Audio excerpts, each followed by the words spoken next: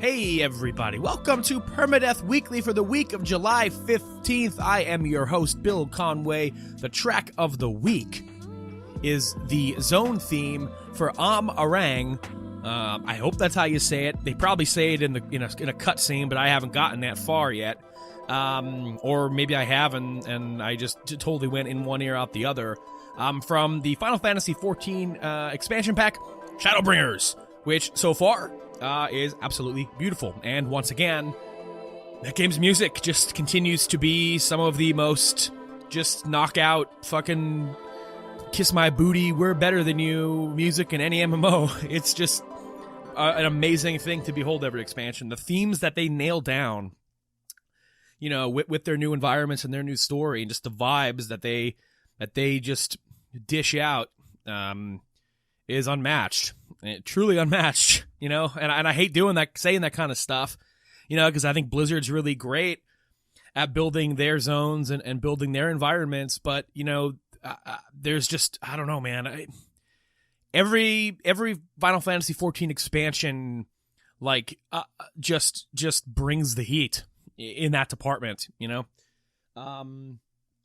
but yeah, I've been playing some of that, and you might be curious, Bill, it's Monday when you're listening to this, and you know, your first thought might be, oh, he's just making up for not having an episode on Friday by giving us a late one. And like, that's what the idea started out as, but then as I was thinking about it, I'm like, you know what? You know, some of the reasons for the lack of consistent releases lately have been a mix of holidays, been a mix of family obligations, and I've also just been a mix of me working an ass load of overtime, and, you know, for like a month straight now. And coming home and you know, having it hit Thursday night and realize, oh fuck, I haven't recorded anything or gotten anything together for an episode this week. And then, you know, realizing there's no way I'm gonna get this done, you know, and still be able to sleep at a reasonable hour. So, you know, nothing comes out. And that is the absolute antithesis of what I wanted this show to be. And, you know, it was established as a weekly news thing involving me that I can get out fast, you know, and never miss a beat because of, you know, just the amount of work that it doesn't require. But when you don't realize till last minute you haven't done it, you know, that even that little minuscule amount of work becomes too much for the hour it is. So, you know, it's much easier to fit that stuff into the little free time pockets I have on weekends, you know, record on Friday or Saturday, you know, late into the night, whenever, then boom, you could just piecemeal the rest of that work in and have it out Monday morning. No problemo. Now, the one thing that I was worried about with that idea is, you know, the show is founded as a news thing, you know, kind of first and foremost is what I wanted it to be. But as I said last episode, you know, Permadeath Weekly, in my mind, is something that's kind of fluid right now.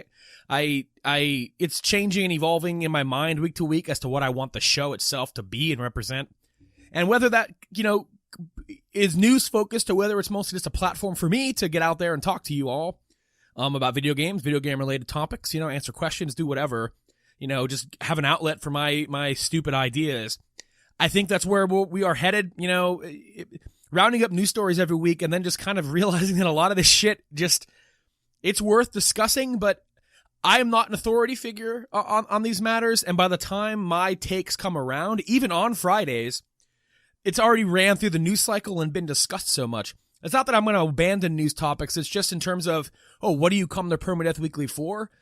I don't want it to be like, oh, you're getting your news from me. It's too fucking late for that. And if for something I truly care about, rather than it being a carousel of just rebroadcasting the big headlines to you with some F words around it. We'll see, but I don't want it to be that.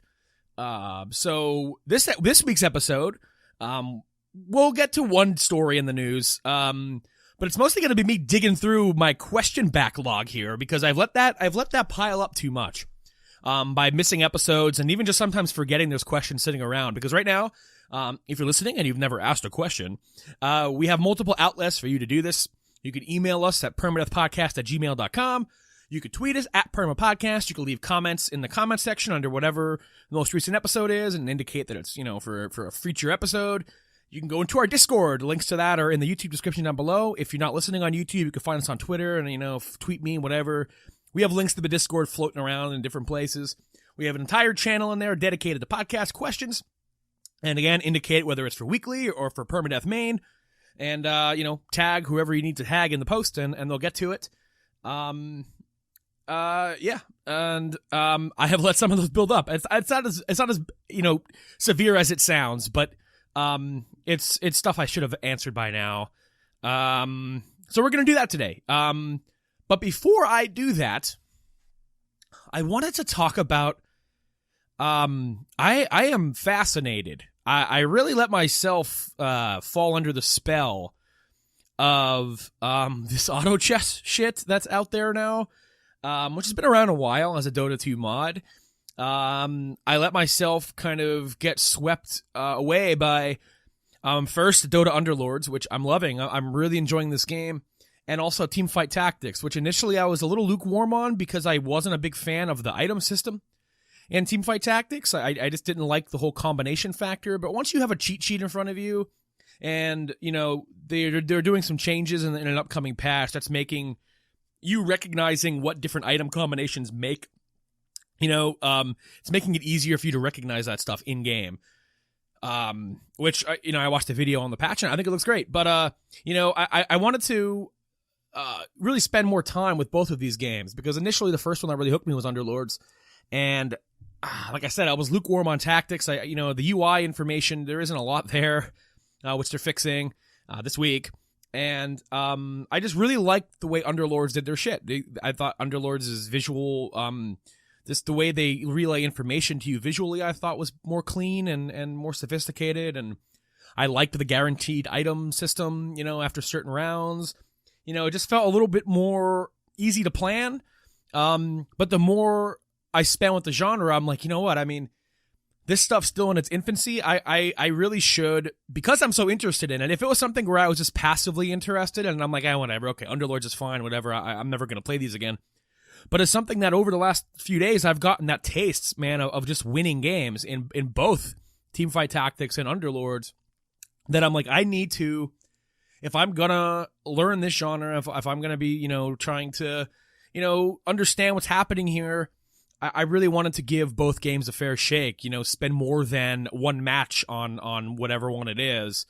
So I spent a lot of the weekend diving in on those and just having a really good time, ending up in situations where seeing comps that work and setups and builds and having to adjust builds on the fly and, see things come together, come back and win after being down the entire game. It's just a really fascinating genre. And it's funny because you look at it and people would say, oh man, it's an auto battler, you're not really doing anything. There's a lot more agency in these games than, what one might perceive from just looking at it. Sure, your heroes are fighting without you controlling them, but there is so much that's dependent on placement on the board and which items you have on which hero in both games, and just the way that you build things out.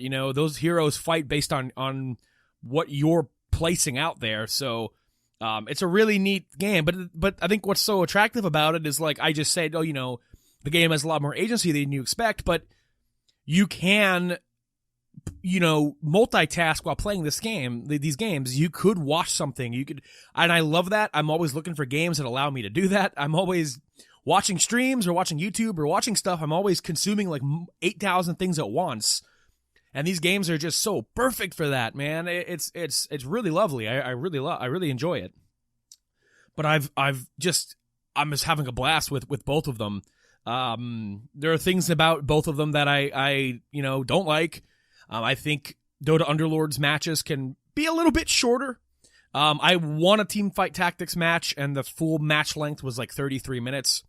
I won one of my first Dota Underlords matches, and it was like a 44-minute match or whatever. Which, like, you might say, oh, it's only 10 extra minutes, but that's 10 extra minutes. You know, like, that I could have spent already getting 1/3 of a way through another tactics game. You know? And, you know, it just feels a little more, Underlords feels a little more bogged down in the time department than tactics. But Valve did state that they're making a turbo mode, so, yay. that will help. I think it'll help retention, too, because I feel like, you know, you spend 40 minutes in a match and then you lose, you kind of feel dirty a little bit. You know, it's one of the reasons why I don't really care about, you know, looking into MOBAs or anything like that, because the time commitment is real and the commitment to the learning curve is real. But what makes these games a little more appealing for me is that when I lose, I'm only disappointing myself. I'm not spending 40 minutes and then letting down some guy, you know, in Russia who wants to beat me up. You know, I'm only letting myself down, which I love. I'm really into that idea too. Yeah, I've been swept away by these games. I don't know if anybody in the community here, in Permadeath community, is playing, you know, any of these auto battlers. You certainly have your gamut of options now, which is one of the things, you know, but it's kind of swept the gaming community up over the last month. You know, Drodo, the original developer, put out, you know, their mobile app. With is it Tencent who owns it? I honestly don't know. Their PC version of that's coming to the Epic Game Store. That's like the official one by the creator of Auto Chess, and then you have, you know, Tencent has Chess Rush, which is like a fast-paced version of Auto Chess. You know, we got Teamfight Tactics, there's Dota Underlords. I am sure at some point Blizzard will make one. You know, but it's going to be interesting to see which ones stick and which ones don't, because it's very reminiscent of the early days of, you know, we've got Heroes of New Earth, we've got League of Legends, we've got, you know, Heroes of the Storm, we've got Dota 2, what lives, what doesn't live. We got PUBG, we got Fortnite, we got H1Z1, we got Apex, we got Blackout. Which ones are going to live, which ones don't live? You know, hero shooters, we got Paladins, we got Lawbreakers. You know, every now and then one of these genre trends just comes the fuck out of nowhere, takes over Twitch, and it's a race to see whose games can come out and stick the landing. I think brand recognition for both Dota and League means that I think Underlords and Tactics will probably be the ones who stick around the most. I feel really bad for Drodo and, like, the official version of this mod that they still haven't brought to PC. I mean, besides the mod version from Dota 2, but that hardly counts. In terms of, like, IP and brand recognition, I'm very curious where that one will land player base wise. You know, if there's loyalty to the guy who created this craze, you know, it's a very, like, Brendan Green type situation. Only people that this would have, you know, people would have beaten PUBG to the punch in this case. So, I'm curious what will happen, man. But I guess, you know what? I mean, it's a matter of, it doesn't matter who's first to market, because look what happened with Fortnite and PUBG. I mean, PUBG was first to market. PUBG was a fucking craze, you know, and then Fortnite came out and just, see you, buddy, fuck you. And everybody jumped to Fortnite. And became the biggest game in the world. So who knows, maybe, you know, even though Drodo's Auto Chess is a little bit late to the party, maybe that one will come out and it is objectively better than, you know, what's on offer from Riot and Valve. And we see that game kind of take over. But it being on the Epic Game Store, I'm not sure, man. People might have some apprehension about that. So, we'll see. You could play the official version of Drodo's Auto Chess on your phone. It's on there as just Auto Chess. It is the game, I believe, that will be on PC. So if you're interested in that version, check it out. I checked that one out that was the first Auto Chess game I played. I liked it. I just don't want to play on my phone. So, you know, it is what it is. Yeah, I've been playing Mario Maker 2 as well, and making levels. I forget if no, because the game came out, was it 2 weeks ago? I don't remember if there was an episode, you know, after the game came out. I don't remember, honestly. I should have looked that up. But I made a level, and Kinross played it, and he's putting a video together to showcase his journey trying to beat my level, which, I'm gonna be honest with you, I didn't know my level was this hard. I didn't know it was that difficult of a level when I was making it. You know, it has a very annoying clear condition. This I know. But I really, truly didn't expect the level to stump so many people. But it has. It was fun, speaking of like watching somebody play your level, one of the beautiful things about Mario Maker 2, and I think one thing that's so appealing about it and why people love submitting their levels to streamers. I mean, like there's that whole aspect of like, oh man, you want to be noticed and have recognition for the hard work you put into your courses, but there's really something to be said about, spending a few days, multiple hours a day making a level and then watching it be played live, and noticing players doing things that you didn't expect them to do as you were making the plan, the level plan here as to how a player should progress through this, whether it be through power-ups or whatever. And it's fun to see players come up with alternate ways to do things that you thought of. But it's also just really fun to watch people have fun with something you made. And it's the closest I'll ever feel to being a game designer. And I use game designer in such a loose way because we're making a Mario level. It's not like a dream situation where I'm watching somebody play a wholly original creation I came up with.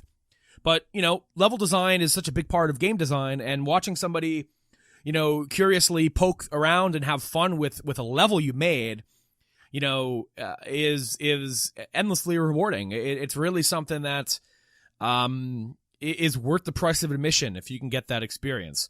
So that's why I'm super excited to watch Kinross his video play through my level. And it was super fun to watch two of my friends go at it live and try to beat my level, which took them a lot more attempts than I thought, and the level ended up being harder than I expected. I'm really proud of it. The course ID for that, I'll throw up on the screen on the YouTube version. If you're listening on a podcast app, I'm not going to read it out loud to you because I don't really get a pen and paper, bro, and you're driving down the highway and I accidentally cause a pile up because you're trying to write down my course ID. We have an entire Mario Maker channel in the Discord. You can also find that course ID on Twitter or in the description of this video on YouTube, or no, not in the fucking description, on the goddamn screen. I'll have it up, and you can go check out my level. Kinross has a level out as well, which I actually really had a great time with. But again, instead of spamming codes and stuff, you can also just head into the Discord. We have a Mario Maker channel. Go ahead, share your levels in there too. I love to play everybody's levels. I want to try to get a capture setup going with my Switch. I have a thing to use with it, but I just haven't been in the mood to really fiddle with wires and shit right now to get that going, because I would love to record myself playing your levels and Kinross's levels and everybody's levels. But I look forward to Mario Maker 2 content in that vein, coming soon. So how about those questions? We got a backlog of them. Not too many. First one comes from Lou. I missed this a few weeks ago, Lou, and I'm sorry. It's pertaining to one of my Permadeath, 2019 goals that we set, in our year wrap-up episode or our year recap episode in the beginning of every year. He simply asks, have you played Chrono Trigger yet? Calling me on my shit, man. We're halfway through 2019 already. Halfway! How the fuck? How the hell is that possible? I just made the Goaty video, dude. I just made that video. We're already almost 7 months through the year. One of my goals was to beat Final Fantasy VI and Chrono Trigger. I haven't started Chrono Trigger. I did start Final Fantasy VI. But I actually think I'm pivoting, and I'm going to make that Final Fantasy VII instead of 6. But Chrono Trigger definitely still on the docket. I actually installed the Steam version not too long ago. I got that on sale. That's going to be ready to rock and roll. I should really start with Chrono Trigger because it is a shorter game. But Lou, thank you for checking in on the progress report of Bill. Are you doing anything that you said you would do? No, I haven't really honestly done anything for any of my goals. One of the other goals was to make 10 episodes of Games of My Years, which is a show that I was going to do. A concept of, what would my self from 1997 have given Game of the Year that year? And it can't just be what games I'm fond of now. I would have to try to get in the head of myself when I was 5 years old. And, what game did I play a lot back then? What would have been my top 5 list for 1997? And then 1998, 10 years, up until like the 360 gen. Each episode, a different top 10 or different top 5, whatever it would be. Introspective look at my life, just a fun, memory lane, pull out some old photographs, old home movies, whatever, digitally throw them in there. I haven't produced a single one of those yet, mostly because I've been doing Permadeath Weekly instead, so I'm doing something show-wise.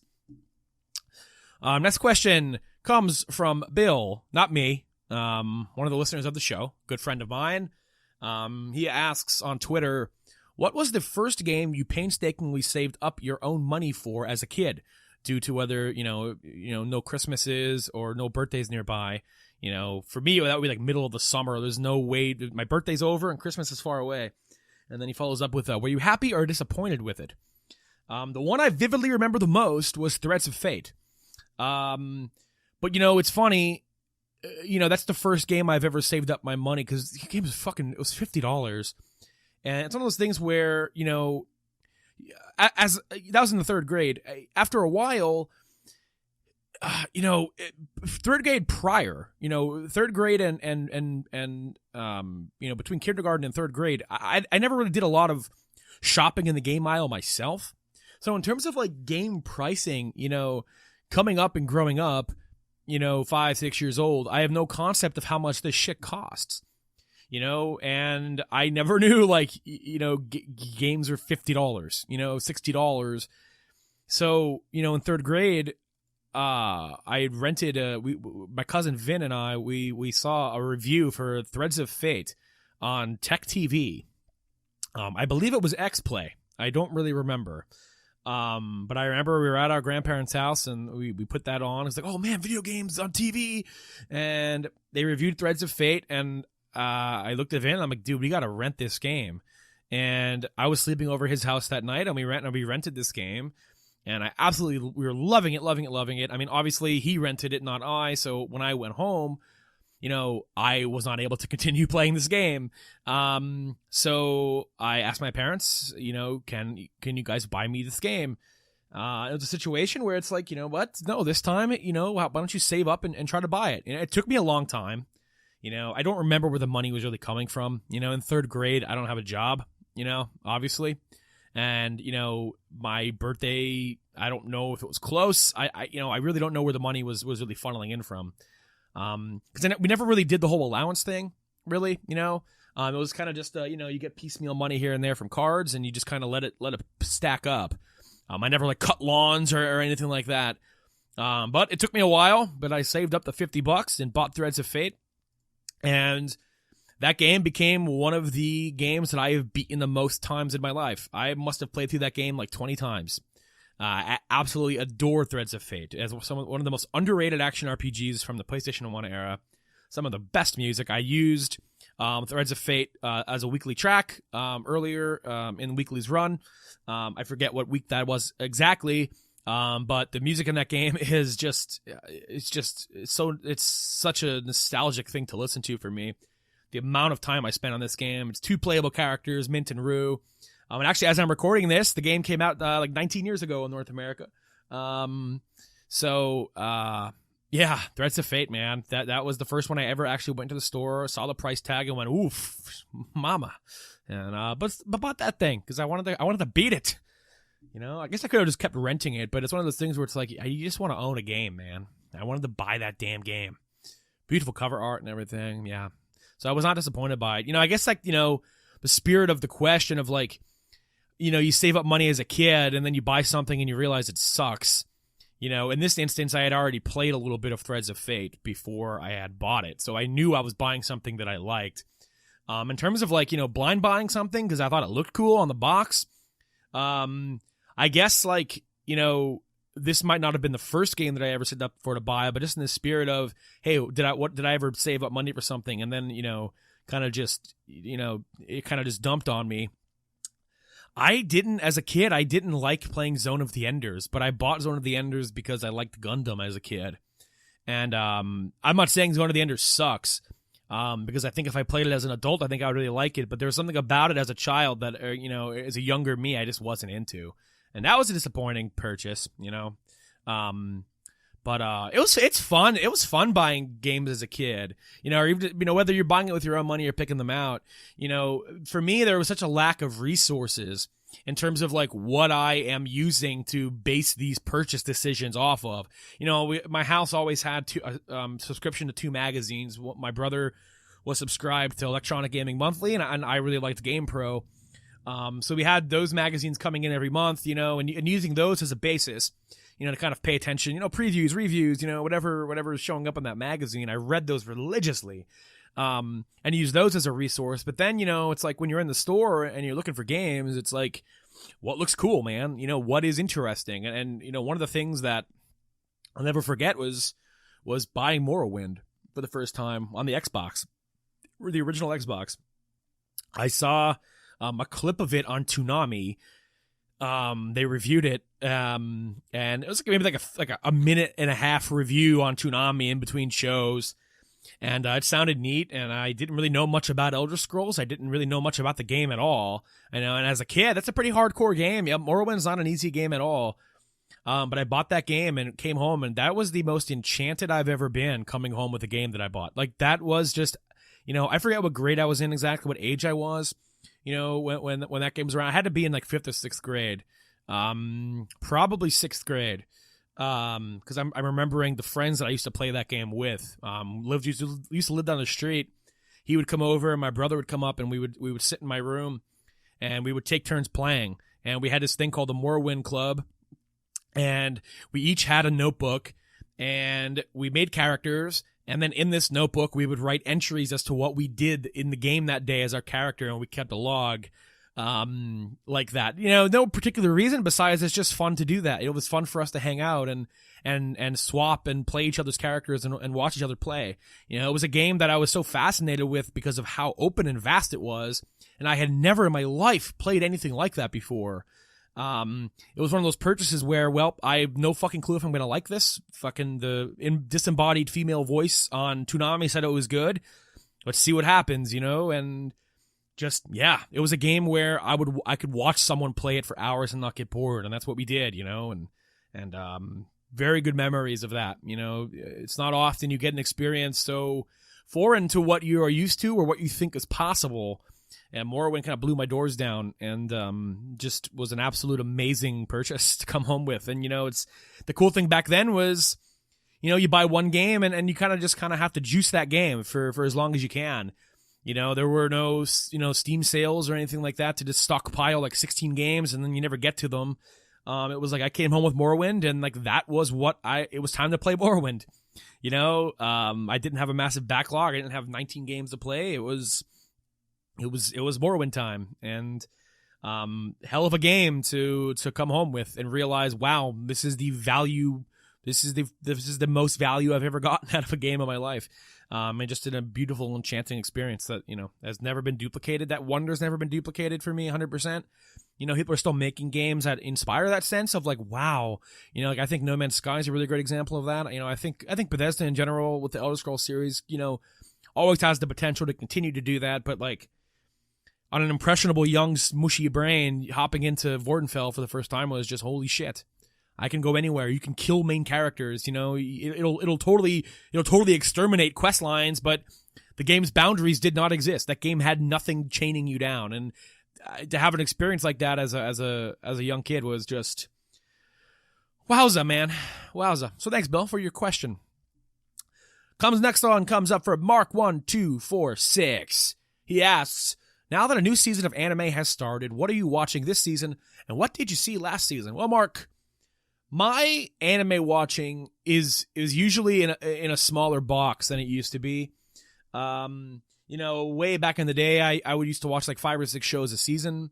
Nowadays, I get together with friends every week, and we picked 1 or 2 shows and then watch them. It's a great way for me to actually finish these things, because on my own, I cannot be held accountable for finishing weekly shows anymore. I just can't.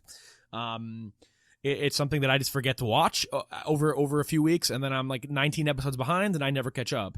But last season, I'll do that first. The only thing I watched and finished was part 2 of season 3 of Attack on Titan, which, I am just endlessly impressed by this show. It's an anime that I have not read the manga. I do not want source material spoilers. I will physically fight anybody who wants to do that. I am engrossed in this. I am so invested in this, and it's amazing to me, that people just, it's almost like a weird, maybe I'm just not hanging out in the right spots, but like the willingness of like Game of Thrones fans to spoil the books on people who are only watching the show, like, was so high. Whereas like I have not seen anybody like purposely just go at someone with Attack on Titan spoilers. considering the manga's been ahead of the anime for a while now, and there's so much potential for people to just drop panels on Twitter, because you can mute words on Twitter, but you can't mute pictures, so someone could just pop a page from the manga at you and just kind of eviscerate your hopes and dreams right there. But I am totally unspoiled in terms of source material. And Attack on Titan was a show that, I really liked season 1, and, I thought it was really good, and fun to watch, good spectacle, interesting ideas and everything, but it was something that I wasn't like hyped on, something that I'm like just chomping at the bit to get more when season 1 ended. But then season 2 came along, and I was just that season 2 really fascinated me. I think that it brought on a lot less fights and a lot more intrigue and into the world inside of these walls and the different factions that exist around them. A lot of political subterfuge and, cults and religion and just more mystery built on top of the story, in terms of the basement and whatever the truth is of the world. And then season 3 came along, man, and both parts of season 3, this show just gets better and better and better and better. And I'm at a point now where, like, I think it's one of my favorite anime I've ever watched, and it's so easy, for someone to come at you and gatekeep you and tell you, oh, it's so popular or whatever, it's watch more stuff, and it's like, man, I've seen a lot of anime, okay, and like the way that Attack on Titan is paced and the way that it delivers its reveals to you and the way that it just builds and builds and builds.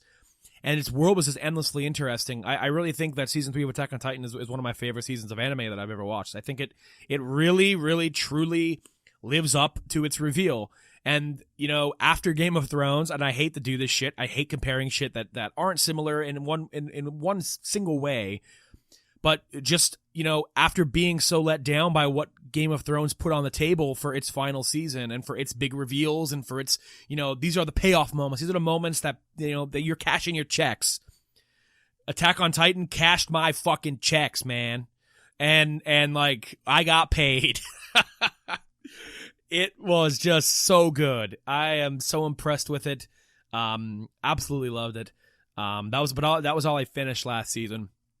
This season, so far, I've only started Astra. I'm not gonna do the fucking Romaji stuff. I think it's called like Astra Lost in Space. I've only watched episode 1 of that so far. But it was like a double feature. It was like 40 minutes long instead of 20 something. I really liked that. I'm gonna watch episode 2 today, actually. And then I also want to start Vinland Saga, which I haven't started yet. There's like 3 episodes of that out. They kind of tossed 3 out into a big chunk. That's on Amazon Video, I think. So I'm gonna check. I want to check that out this week.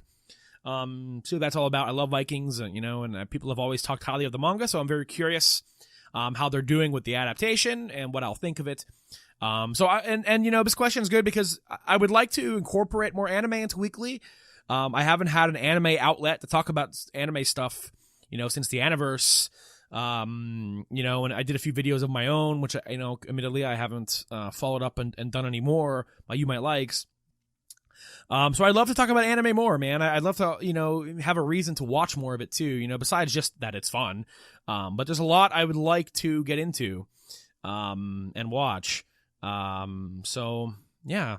Final question comes from Kinross, a member of our channel. Just drop this into the podcast questions thing, and actually I want to talk about it for a second. He asks, now that the Switch Lite is a thing, which, by the way, the Nintendo announced the Switch Lite for $199 US. You can get a dockless, all-in-one, no detachable Joy-Cons, has a D-pad, a little bit smaller than the regular Switch, portable only. Comes in a few different colors. But he asks, now that the Switch Lite is a thing, a purely handheld Switch device, do you think it's plausible for Nintendo to release the anti-Switch Lite, a box that is basically a Switch, but with no screen that just acts as a standard console? And is that more or less likely than a Switch Pro? Which I think is a very interesting question because, before we knew that the Switch Lite wouldn't be, incapable of being docked, I think, you could answer this question by saying no. The Switch branding is based around its functionality and what it can do. It switches between a handheld and a console. But, there was always precedent for that, I guess. The 3DS in the 2DS, but the 2DS was named something different. It was the 2DS. You saw the tin and said, wow, this doesn't do 3D. Whereas you look at the Switch Lite, the branding for that still says Switch. It doesn't say whatever with something else, Lite. It's still a Switch Lite, but it doesn't have the Switch functionality. So now that we're in that reality, I think a like really beefy pro version of the Switch that's just a box is now more possible than it was before. But I feel like I feel like they won't ditch the handheld form factor for both lines. I think it'll be a beefier, bigger Switch. Whether that's in screen size, get rid of some bezel, do whatever you have to do. But I think now that we live in this reality, of the Switch Lite being dockless and being there's no TV output at all, I think it's possible now. I think you can't say no to that question anymore. I think there was precedent to say nah, branding and all that, but like they've already tossed that out the window. So I think it's definitely possible. I think it's less likely than a regular Switch Pro, but I don't think it's unlikely. After this whole thing. That is all of the questions that have been asked. There was one thing I forgot I wanted to talk about, because of the fucking auto chess kind of took over my whole train of thought. I wanted to talk about Google Earth VR for a second. I wanted to talk about that because I think it's truly extraordinary. I've had my Oculus now for a few months, and one of the things everyone always talked about as being a transformative VR experience has always been Google Earth. We all know Google Maps and Google Earth, well, we know Street View, we know the Google car, we know being able to go in Street View and scroll around and look around, where you live and, places you want to visit. And, for some reason, my brain always just kind of scoffed at the idea of okay, you're in VR doing that, whatever. It's still a picture. Nothing's moving. How does it, it's probably cool, but, people always say it's some kind of fucking, you just seen Jesus type of moment. And, the hyperbole I always thought around people's reactions to it, I always thought were pretty high, but I finally give it a shot because it's free and I have my Oculus and I'm like, you know what? I'm going to sit here, I'm going to pop on Google Earth, because I've been playing the Yakuza games, and I beat Yakuza 4, and I'm making my way through Yakuza 5 now, trudging along, going to the end, loved 4, I'm loving 5. But I'm walking around Kamurocho, and I'm like, yeah, you know what? I remember seeing that article, a tour of the, city that Kamurocho is based off of, and I'm like, hey, you know what? I have this Oculus sitting there, let's fire up Google Earth, go into Street View in VR, and then navigate the streets of real-life Kamurocho. Make myself feel like Kiryu for a little bit. And man, I was just absolutely floored. I was floored by this. And VR is something that floors me regularly. VR is something that has not lost its new car smell for me ever. VR is something that, I've been using it now for over a year. 2 years now. It's going to be almost 2 years since I got my PSVR. And, a lot of people will say, oh, you're amazed now, but, give it some time. And it just kind of becomes second nature. And it's still awesome and fun, people will say, but, it loses that initial, whoa, holy shit. I still have those whoa, holy shit moments often, because I think the tech itself just is still impressive to me. It doesn't lose its luster. So, it was just floored by Google Earth, man. I think the coolest way to use this is to just pick a random location. I mean, going around Kamurocho was cool. But picking a random town somewhere, like in Japan, I picked some smaller, farm towns, some more rural areas, somewhere that's not a tourist location, somewhere that's not oh, you're going to see the sights, you're going to see Mount Fuji, you're going to see the Eiffel Tower. That stuff's awesome. You know what I mean? Getting to be in VR, standing in a snapshot of a moment at a place so, larger than life, in terms of its significance. But it's so fun to just pick a random rural town somewhere and then just randomly navigate the streets. Just go around corners, go down alleys, just explore these places and see, buildings and shops and local businesses in Japan, or, just see these things and visit a place that if you visited Japan, you probably wouldn't go to this town. you probably wouldn't have ended up at the edge of this cornfield by the ocean, where a bunch of maintenance guys are working on a box outside a little shack. You probably would never have went there if you visited Japan. You're there for, maybe a week or two. You have very specific itinerary, so being able to go into Google Earth and just, endlessly navigate these places that you might not visit if you were there on a timed run is so impressive to me. But then what really made it even more of an emotional experience for me, and like a surreal one. I think the first thing a lot of people want to do is like, oh, I'm going to go to my house. I'm going to go to my house and look at there I am. That's our house. But there was something really just weird about seeing it in VR, man, and going on a street view and being in front of my house. And the picture was taken according to the watermark in 2016. And my family had our Halloween decorations up. So it was October of 2016. Our old car was in the driveway. Air conditioners were still in the windows. It must have been a hot October. Clothes were on the line. You could see clothes, at the end of the driveway in the backyard.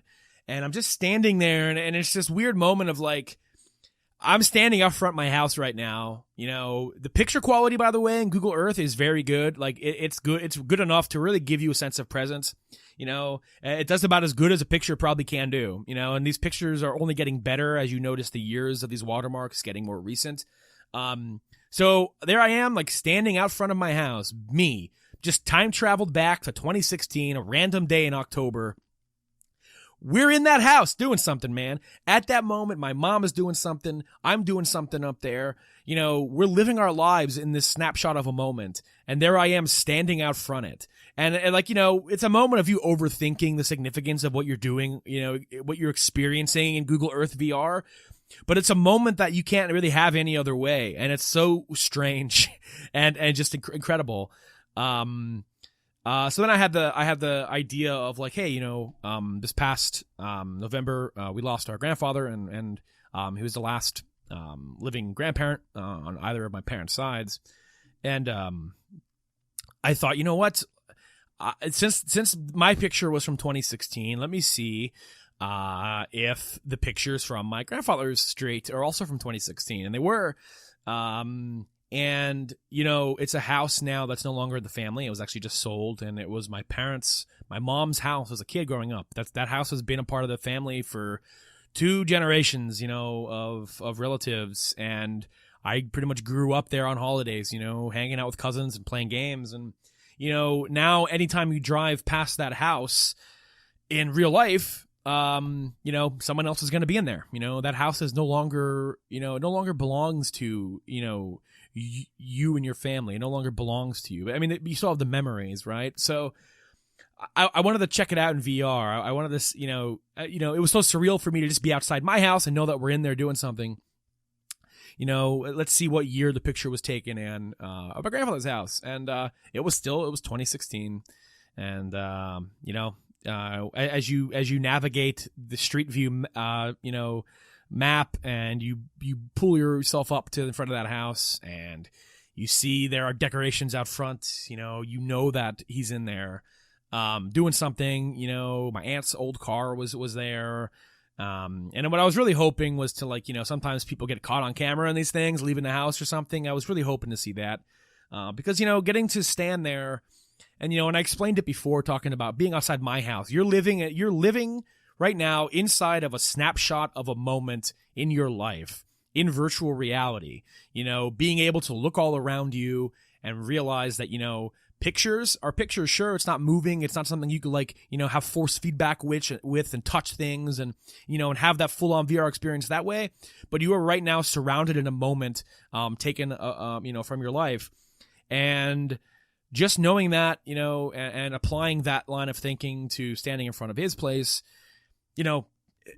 I had to take the headset off, but it was a moment that I couldn't have gotten any other way. And I'm so floored by that. I think, the technology and systems that Google throws out there, Google, everyone wants to be skeptical of Stadia and other endeavors they do, and they have every right to do that. And I'm skeptical of it. But they've done a lot of really neat things, and the fact that this technology exists, and the fact that this app is a thing, and it's free, and you can go in there and you could have a moment like that, makes me thankful for some of the work they do, man. And I Yeah, I love it. I truly love it. It's something I could spend hours on still. Just exploring random towns and having profound moments like that. A moment that is irreplaceable, and it's a moment that I can't have anymore in real life. I can still walk outside my own house, and go in and out of it. But I will never be able to look at my grandfather's house again and see my grandfather's house. It's somebody else's now, So the fact that I get to stand in that moment until they take a new picture, I can stand in that moment in 2016 and know he's in there, and know that is still the family home. It's important, it's a really great experience. But I have rambled longer in this freaking episode than I've 100% expected to do it. So if you liked what you listened to, leave a comment down below on YouTube. Let me know. Tweet us at Permapodcast if you're listening on a podcast app and you have no other means to contact us. You can also email us at permadeathpodcast@gmail.com. Let us know. Maybe you prefer using email. It's a cool thing. I check it. We all check it. Hit us up on Discord. Links to that can be found on the internet, YouTube description, Twitter, or wherever you need to go to find us. Go in there, chat. We have a Mario Maker channel. We have a channel for podcast questions. We have channels for discussing the show, a general chat. Come in and talk. Have a great time. Connect with other Permadeath listeners. Play games with them. Play each other's Mario Maker levels. Do whatever you got to do. You can find me on Twitter at PepperedHam. Tweet me. Go ahead. Follow me. Be my guest. With that said... With that said, what that said, with that said, with that said, with that said, with that said, with that said, with that said, with that said, with that said, with that said, with that said, and with that said, with that said, with that said, with that said, with that said.